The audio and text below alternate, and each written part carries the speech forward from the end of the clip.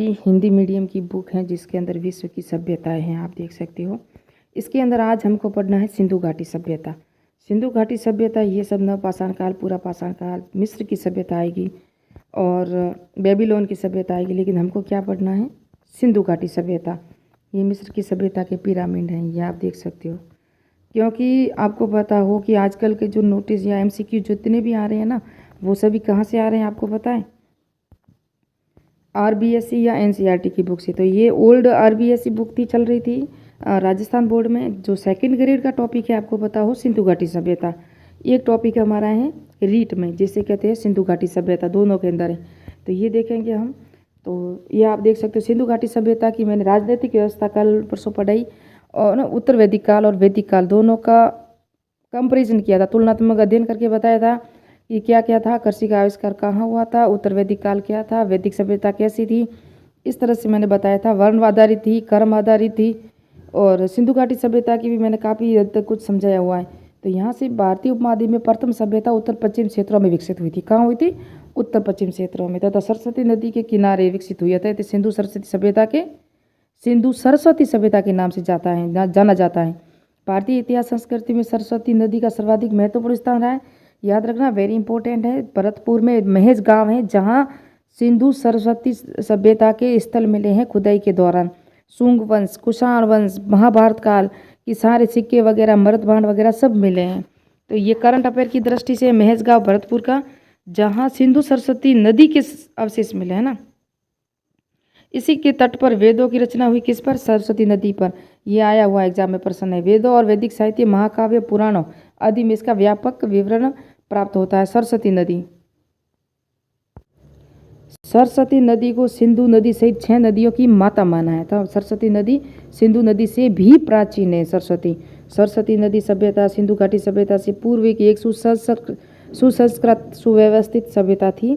वास्तव में वैदिक संस्कृति का जन्म और विकास इसी नदी के तट पर हुआ है। अब यह स्पष्ट हो जा गया है कि सरस्वती नदी शिवालिंग की पहाड़ियों से निकलकर आदि ब्रदी यानी कि बद्रीस में पहुंचाती हैं। वहां से हरियाणा, राजस्थान होती हुई कच्छ की खाड़ी में गिरती। कहाँ गिरती हैं? कच्छ की खाड़ी में। ये भी एग्जाम में आ चुका है। लुप्त होने के कारण से अनेक किंवदंतियां भी हैं। भौगोलिक विस्तार 1921 में दयाराम साहनी, 1922 में राखलदास बनर्जी, हड़प्पा और मोहनजोदड़ो के किए गए उत्खननों में सिंधु सरस्वती सभ्यता का अनावरण किया। किसने किया था? 1921 में दयाराम साहनी ने, 1922 में राखलदास बनर्जी ने। दयाराम साहनी ने खोज की थी 1921 में हड़प्पा की। राखलदास बनर्जी ने 1922 में खोज की थी, किसकी की थी आपको पता है? मोहनजोदड़ो की। भारतीय सिंधु घाटी सभ्यता का खोजा गया पहला स्थल हड़प्पा था, लेकिन सुव्यवस्थित समृद्ध स्थल था वो मोहनजोदड़ो था, और बड़ा स्थल था वो मोहनजोदड़ो था। ये भी याद रखना। ये NCERT में कल मैंने बताया था आपको, और ये भी NCERT, लेकिन ये RBSE की बुक है ओल्ड, और इसमें से पुरानी ओल्ड हो या न्यू RBSE हो या NCERT हो, वहीं से प्रश्न आता है। वर्तमान में सभ्यता के पूरा स्थल हमें पाकिस्तान के सिंध, पंजाब, बलूचिस्तान प्रांतों से, भारत में जम्मू कश्मीर, पंजाब, हरियाणा, पश्चिमी उत्तर प्रदेश, राजस्थान, गुजरात, महाराष्ट्र प्रांतों में मिलते हैं। अब ये देखना, इन तीनों में से देखो कई बार प्रश्न आया है कि ये सूतकांकेडोर किसके लिए प्रसिद्ध है? सूतकाको कहाँ है? सूतकाको पाकिस्तान में, सूतकांकेडोर भी पाकिस्तान में, बालाकोट भी पाकिस्तान में। कल मैंने मैप से भी बताया आपको। पंजाब, ये पंजाब पाकिस्तान में भी है, हमारे यहाँ भी है। हड़प्पा, जलालीपुर, रहमा, डेरी, सराय, खोला, गनेरी वाला, ये भी पंजाब के। मोहनजोदड़ो, ये आया एग्जाम में, आया था नेक्स्ट में कि कौन कौन से स्थल है जो पंजाब में है। तो मोहनजोदड़ो, चंदोड़ो, कोटदीस की, जुदीर जोदड़ो और आपको हड़प्पा, काफ़ी स्थल देखने को मिलेंगे। पंजाब जो भारत में, रोपन, कोटला, नीहंग खान, ये स्थल हैं, देख सकते हो आप। हरियाणा में बनावली, मिठाथल, राखी गढ़ी, जम्मू कश्मीर में मांडा, जम्मू कश्मीर, राजस्थान भारत में कालीबंगा है। से पॉइंट लिखा हुआ है आपके किस पॉइंट में?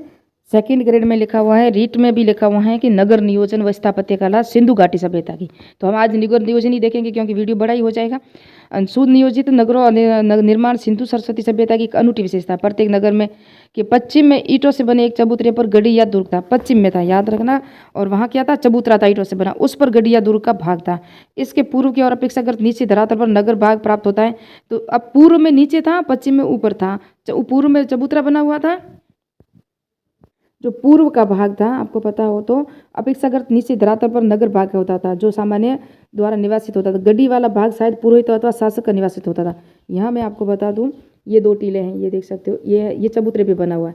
एक टीला यहाँ पर है, यहाँ सारे ग्रामीण रहते हैं, नगर के निवासी रहते हैं। यहाँ बड़े बड़े महल हैं, तो महलों में कौन रहता था? शासक वर्ग रहते थे। यहाँ भी महल है, तो ये महल थे ना, उसमें कौन रहते थे? शासक रहते थे, शासक वर्ग। ऐसा अनुमान बनाया गया, क्योंकि पश्चिम वाला टीला थोड़ा ऊपर था, पूर्व वाला टीला जो नीचा था और धरातल पर था। इस अनुमान से हम मान सकते हैं। और ये गड्डी वाला भाग शायद पुरोहितों अथवा शासक का निवास होता था। गड्डी के चारों ओर परकोटे जैसी दीवार थी, चारों तरफ बंद था। नगरों की सड़कें सीधी व एक दूसरे को समकोण पर काटती थी, जिससे संपूर्ण नगर वर्गाकार या आयताकार था। ये भी प्रश्न आया हुआ है, सिंधु घाटी सभ्यता के नगर किस तरह से थे? आयताकार थे या वर्गाकार थे?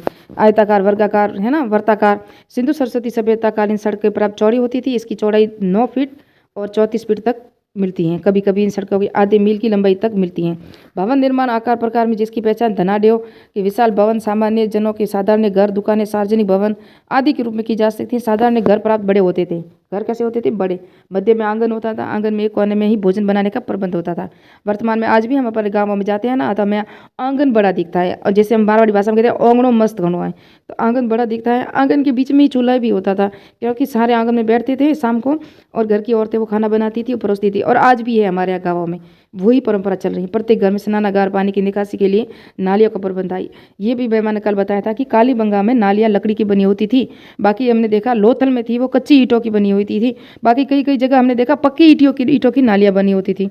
उल्लेखनीय है कि सिंधु सरस्वती सभ्यता के लोग सार्वजनिक मार्गों पर अतिक्रमण नहीं करते थे। गलियाँ 1 से 22 मीटर तक चौड़ी ये गलियाँ सीधी होती थी। मोहनजोदड़ो की हर गली में एक सार्वजनिक कूप मिलता है। कालीबंगा में गलियाँ व सड़कों में एक आनुपातिक ढंग से निर्मित किया गया। गलियाँ वहाँ 1.8 मीटर की चौड़ी और मुख्य सड़कें राजमार्ग इसके दुगुने और चौगुने भी होते थे, तिगुने चौगुने भी। सिंधु सरस्वती सभ्यता के भवनों में पकाई गई ईंटों का इस्तेमाल एक अद्भुत बात है।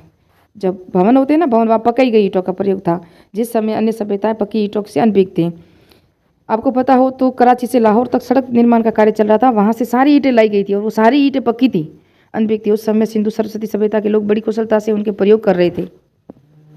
और इन निर्माण में ईंटों का अनुपात कितना था? 4:2:1 था। ये परीक्षा में आया हुआ है। जल निकासी प्रणाली, जो नगर नियोजन में ही हम पढ़ रहे हैं।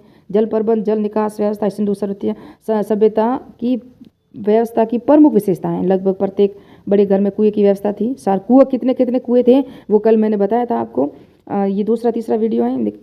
ये तो कुएं गलियों के किनारे खुदाए गए थे। जल उपलब्धि के साथ ही जल निकासी हेतु व्यवस्थित प्रणाली। प्राय प्रत्येक घर के किनारे वर्षा और घर में अनुपयुक्त पानी की निकासी हेतु नालियाँ थी। वर्षा का जल जो घर से बाहर जाता है ना, वर्तमान में भी हमारे आंगन से बाहर जाने की व्यवस्था है।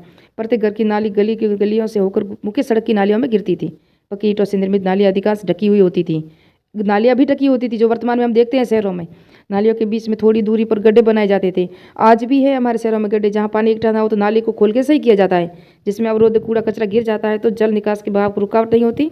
इन गड्ढों को ढक्कन हटाकर सफाई की जाती थी, जो वर्तमान में भी है। इस तरह से हम समझ सकते हैं कि सिंधु सरस्वती सभ्यता विकसित सभ्यता थी। ऊपरी मंजिल देखो, गड्ढों से ढक्कन हटाकर ऊपरी मंजिलों का पानी पक्की ईंटों से बने पटावनुमा नाली से नीचे गिरता था। कालीबंगा में लकड़ी के खोखले तनों का उपयोग नालियों में रूप में किया गया। मैंने कहा कालीबंगा एकमात्र ऐसी सभ्यता थी जहाँ नालियाँ लकड़ी की बनी होती थी। कहीं कहीं पर पानी का जमाव या गंदा पानी भरा नहीं रहता था। सिंधु सरस्वती सभ्यता नगरीय सभ्यता का सर्वश्रेष्ठ प्रतीक है, क्योंकि इससे नगरीय सभ्यता थी। और ये नगरीय सभ्यता किसने कहा था? ये कल के वीडियो में मैंने बताया हुआ है। ऐसी नाली व्यवस्था विश्व में अन्यत्र कहीं नहीं प्राप्त होती। यहाँ तक कि 18वीं शताब्दी के श्रेष्ठतम स्नान शहर पेरिस में भी जल निकासी व्यवस्था नहीं थी। विशिष्ट भवनों की स्थापत्य कला, ये विशाल स्नानागार कल मैंने बताया था आपको पूरा मैप से भी। और जॉन मार्शल ने इसे अनूठा अनुभव भी कहा है। और किस तरह से था, मैंने मैप बन गए।